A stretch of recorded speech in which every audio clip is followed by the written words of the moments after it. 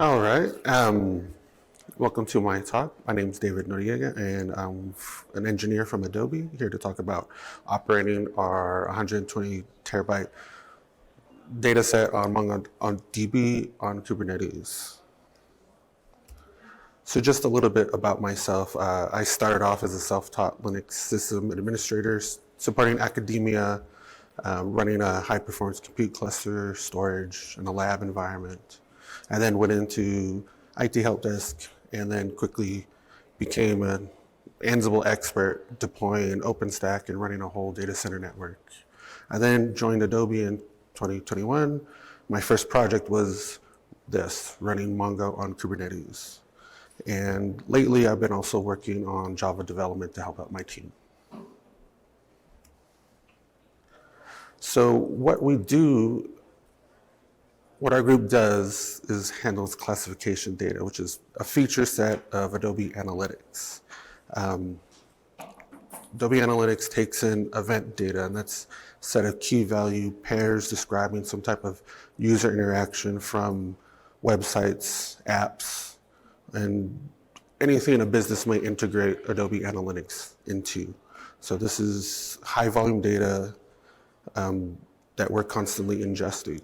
Classifications is how businesses can enrich their data with additional metadata that helps identify these various events to something that's more useful to them in their reporting, that better matches their particular needs in what they're trying to track. And these are just some examples of what that classification data looks like.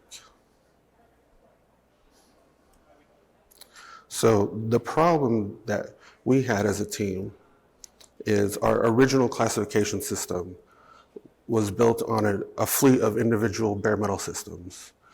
It was a PHP-based application, and co-located on all those servers are individual MySQL instances.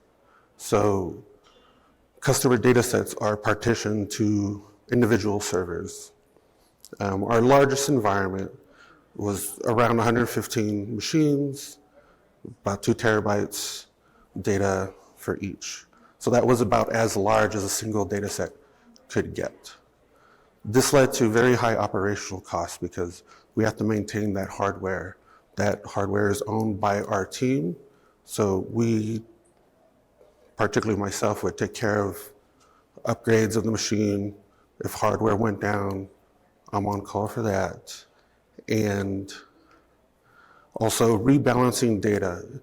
As data sets grow, they would start to push out other data sets, and we'd have to manually figure out where to put that around on other machines, and it just led to a very high cost.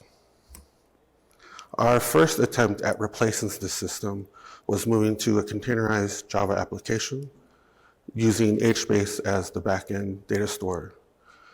Our first migration at this went terrible. HBase had a lot of stability issues as we migrated data into the system. We only reached about 5%, and the system was becoming pretty much unusable, in particular with our primary use case, which is then reading data out. This was HBase running on Azure and on top of their blob storage. So calls to pull data out would lead to network issues, and things would just slow down, and we had to stop migration into HBase. Also, HBase and the Phoenix driver we were using were tightly coupled, and it led to a lot of problems regarding upgrades that were also holding us back as a team.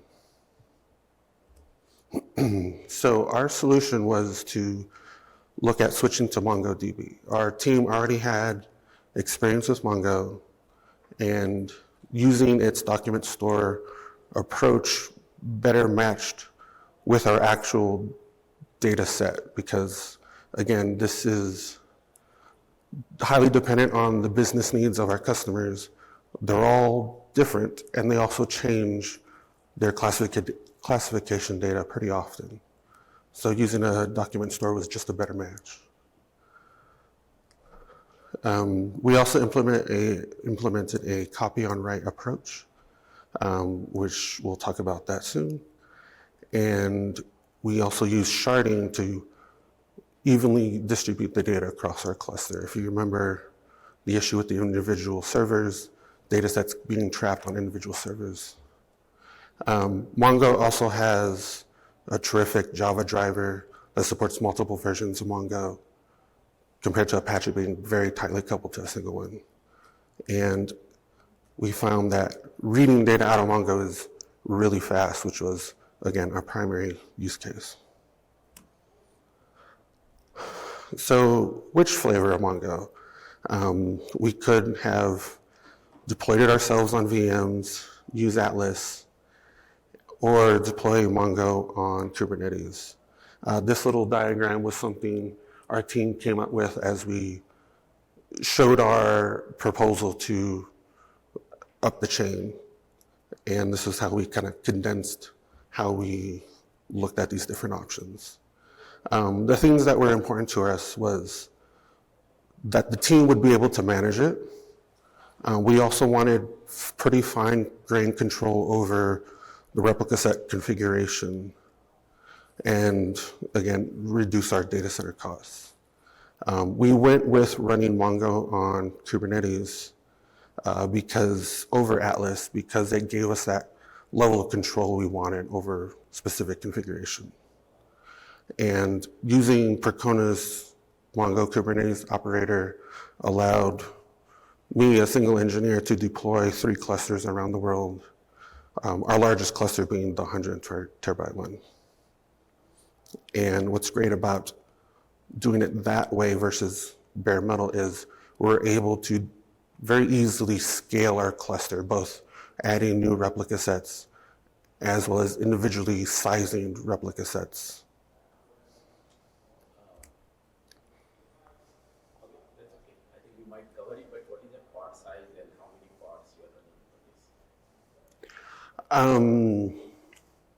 Each replica set is a set of 3 pods. And right now, I think they're running around 16 cores and maybe 32 gigs of RAM. And I'll talk a little bit later about some issues ran into around that. So how we did it was using what exists out there, just off-the-shelf components, so that we're not spending a lot of time trying to develop something brand new. So that used a lot of internal Adobe themes, components. We call Ethos, that's our name for our Kubernetes cluster. It's just a resource available for us to deploy on. Utilizing that, a deployment system that essentially just runs a makefile, and Helm charts, we were able to deploy this cluster fairly quickly, especially as my first project joining a brand new company. I was able to get something up and running pretty quick. And then expanded on that with additional Helm charts, controlling things like logging, network policies, and establishing ingress into the cluster, which I'll talk a little bit more later. Included with all this was also using Percona's monitoring tools. Again, another thing that just existed out there. We didn't have to try to spend a lot of time trying to do things ourselves. And this was really helpful. It gives us a bunch of dashboards already pre-built that gives us an overall health of the cluster. Anytime we saw the application latency would grow without some other cause, we could quickly look at our Percona dashboard to see if something's wrong with the cluster. One thing we always kept an eye on was throughput. Because the Kubernetes cluster is shared, pods are going to be running with someone else's pods, and there's a noisy neighbor issue potential. Occasionally, what could happen is we would see our latency grow, throughput would kind of slow down. Our hypothesis was someone else was just using a lot of the network on that underlying Kubernetes node. So we would just go kill that pod and get rescheduled somewhere else on the cluster, and we would see our application recover pretty quickly. So that was just an operational thing we now keep track of. And because it is Kubernetes, we have kube control to look at the state of things. I have a script that will look at container restarts and what was the reason for restarts. We've ran into some issues where initial migrations were just a little too aggressive and they were causing out-of-memory crash loops. And I used kube control to fetch all that information and figure out, okay, this is actually what's happening here. So on to our copy on write approach. WireTiger, the way WireTiger works is it stores these records using their ID, and we step in and we're creating our own custom ID for all these documents that's based around the time and some other data. What this lets us do is write out these documents in a linear fashion, which makes reads really fast because, again, this is around reporting. It's usually time-based. So we want to look back in a certain amount of time. And the scan just reaches across.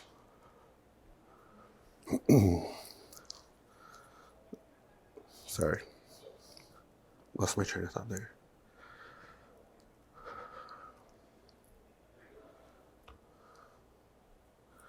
Operator you installed the sharding capability. The Mongo operator you use Percona Operator with the sharding.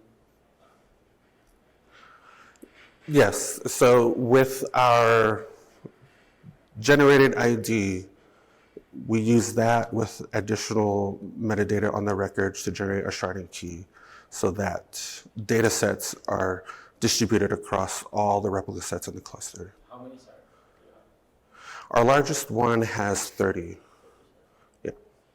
And so with the use of the sharding key means our queries get sent directly to individual shards so that we're not impacting the entire cluster trying to scan the whole thing, look for a document.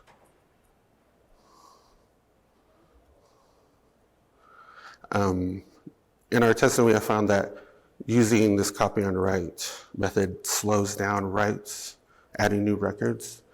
But because our primary use case is around reads, and using that sharding key, reads going to individual shards versus the entire cluster, we're not impacted by that. Another thing that we are aware of is, depending on the kind of update that's being put in place, records can get deleted, which can lead to gaps on disk of where a record was, eventually needing to defrag the system, if you remember Windows. We haven't found a need to run into this just yet, but it would be accomplished by just initiating a resync, which is where you just delete the disk of a particular pod and it will just rebuild itself. And that would help that. But future upgrades to Mongo look to alleviate this issue altogether by doing this defrag in the background. So in general, the way copy on write works is we will receive new rows to write as part of an import job. We'll generate a new object ID. We'll also gather some forensic info, such as where the job came from, how it was submitted, so that we can track where data is coming and going. Look up those existing records if they exist. Perform a merge and write out those new documents. As part of performing that merge, we generate a diff, and that diff is actually what gets sent downstream. And that also adds to our performance because we're not exporting the whole document. We're just showing the diff to our downstream users. So on to shards. Using sharding lets us distribute these data sets that can get pretty large across the entire cluster. So we're not limited by individual servers and constraining customer data sets. And we used range sharding. So this is a combination of using our classification key, it's just a few bytes, and allows for the chunks to be pretty small so that we don't run into jumbo chunks. And they get pretty well distributed across the entire cluster.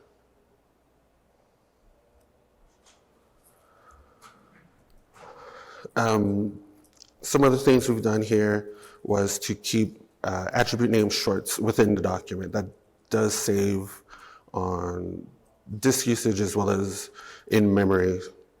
So instead of putting out full column names, we just use little shorter identifiers. One thing we did learn is the need for pre-splitting. An initial migration led to all the data being written out to a single shard on the system because MongoDB by default just won't create a collection until you first start using it. And by default, there's some partition out, some shard out there that's labeled the default, and that's just where initial writes happen. And so it caused some pretty bad hotspotting and brought our cluster down the first time we were using it. So we just quickly figured that out, realized we needed to establish that we're splitting the shard key across the cluster, and that fixed that issue. Indexes. The indexes can take up a lot of space on disk depending on how many fields you're using. So we've really constrained ourselves with only using 2 indexes here. And their use cases are for, again, those bulk export reads so that we can get data out for reporting.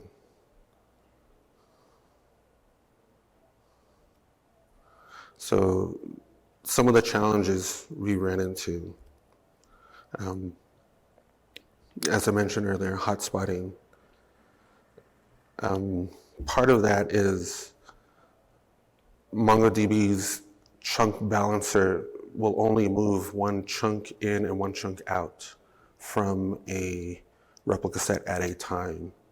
There have been a few times where a collection has gotten stuck rebalancing, where we've had to step in, stop rebalancing, and then ourselves attack that particular collection to help spread it out, as opposed to leaving the system do it itself. Though that's only happened a couple times. We ran into some disk usage issues, because again, this is a lot of data, and we found switching from, at the time, we're running MongoDB 4.4, which is, I think, using Snappy as a compression. We moved to Z standard, and that greatly saved us on disk space. When it came to networking, there was an issue we ran into with ingress. By default, the operator deploys a single ingress, or a single service object, which we then tie an ingress to. That had the issue of sending your Mongo session to different nodes in the cluster. We were running out of memory because every new session ended up on a different server in the cluster. The way we fixed that was to create a one-to-one mapping of ingress to service to Mongo S instance.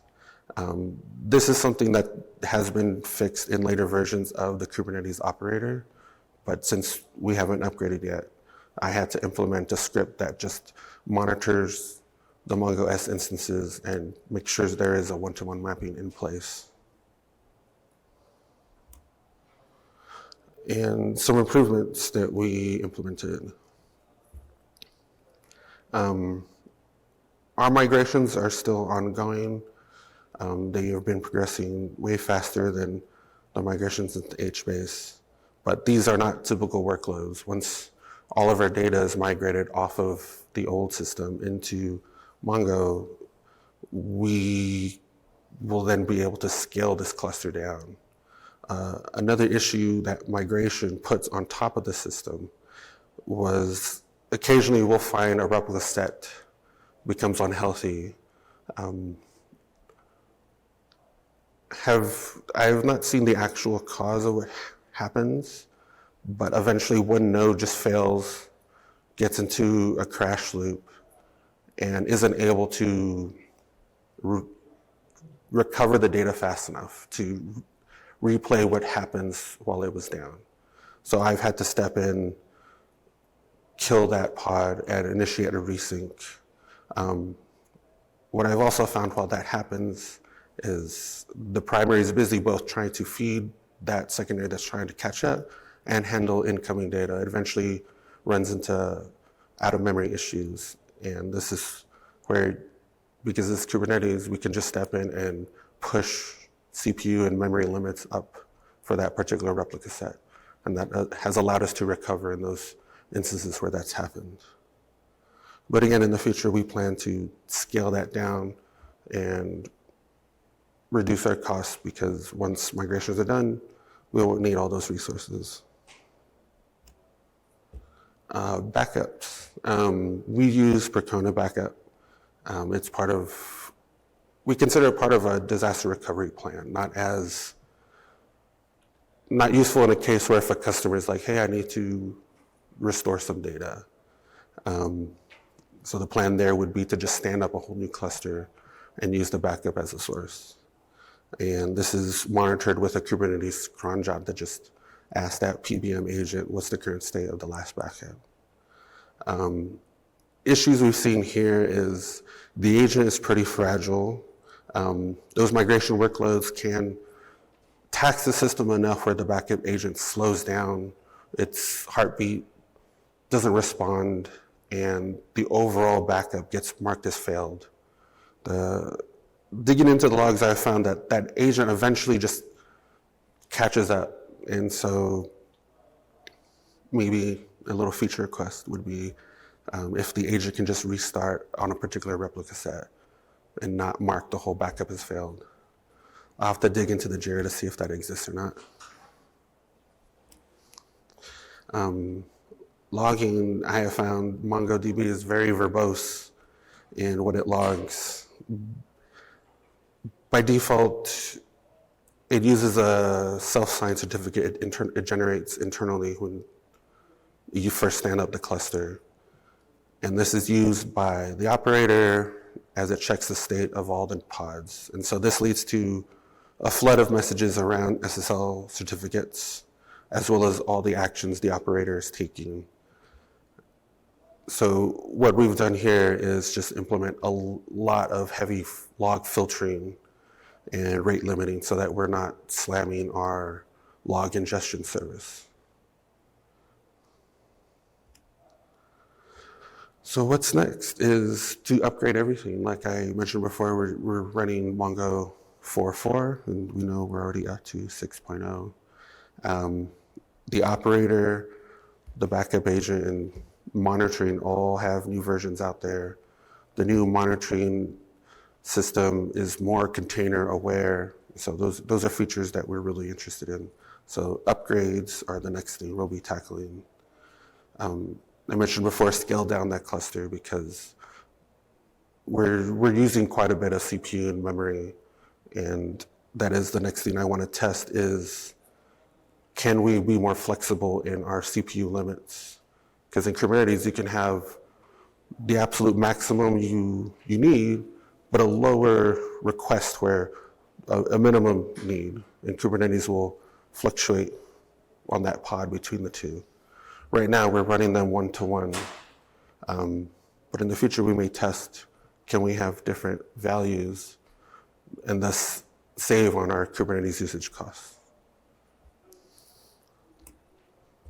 And open to questions.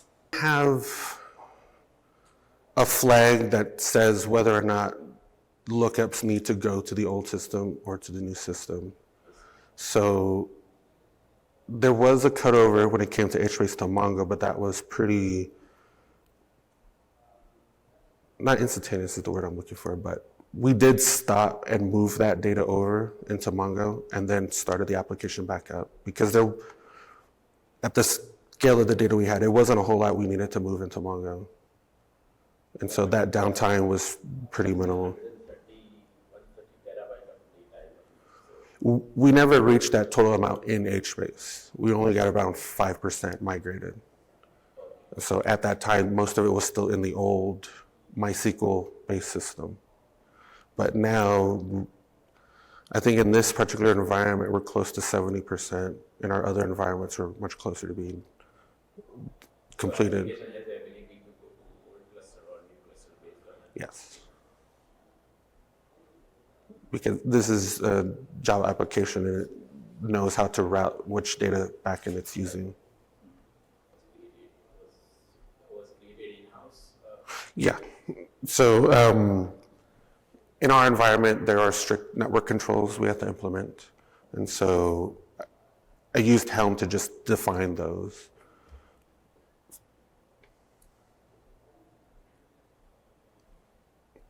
Yes. Where's the 120 terabytes? Multiple clusters? That's a single cluster. Total across all environments is close to 200 terabytes. But this one particular environment, our largest, is around 120. And you said that was the 30 shot? Yes. Yeah. I think I caught it, but I want to confirm. What's the balance that you're using between RAM and cores on this? I'm sorry, could you repeat that? Like a 2 to 1 on like per gigabyte of RAM to a core for your pod deployments? It's either 2 to 1 or 3 to 1 where we've seen that need to recover a node that it has trouble resyncing from a crash situation. And so does that tend to be in your read-heavy operations that you need the 3 to 1 instead? Yes, yeah. I think some queries just happen to consume a lot of memory, and thus when it's doing a resync as well, I think that total just ends up killing that particular primary. So that's why we've had to boost in those cases. And so that's probably the nice thing about running on Kubernetes is we've had that flexibility to do so. It's a big ordeal for us to re-roll our cluster and change our sizes. And why we put a mark against Atlas, because we don't have that level of control in Atlas. We ran some tests for that. I don't remember the numbers. Stability issues with your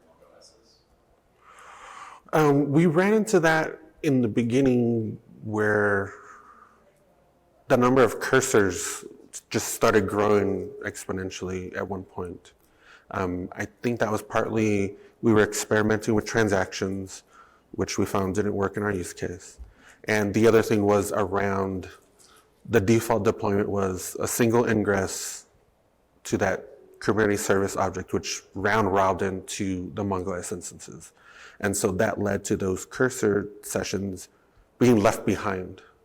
And that's where we saw that explosion of growth and leading to them being killed for memory by implementing a one-to-one mapping of ingress service MongoDB instance and then configuring the Java driver with that connection string of every endpoint. We eliminated that issue.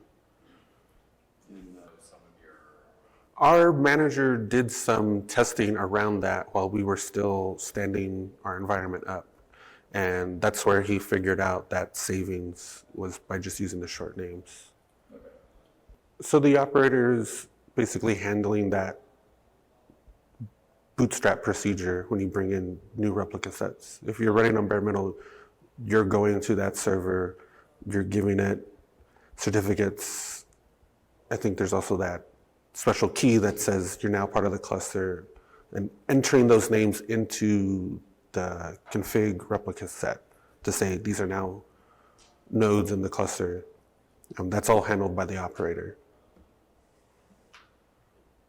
And then we haven't removed a replica set yet, but that's another operation that the operator can handle by going to that config data set pull those names out, and then I, I think it may also remove data off those replica sets, but we haven't done that yet, and I think I would rather do that myself before removing a replica set.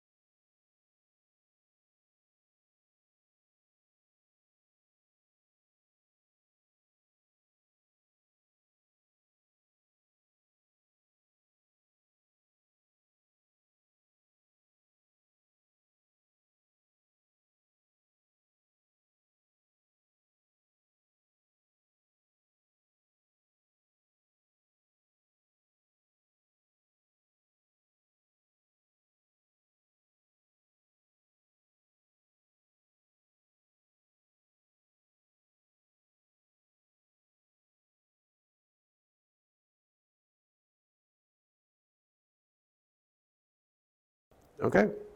Thank you for coming.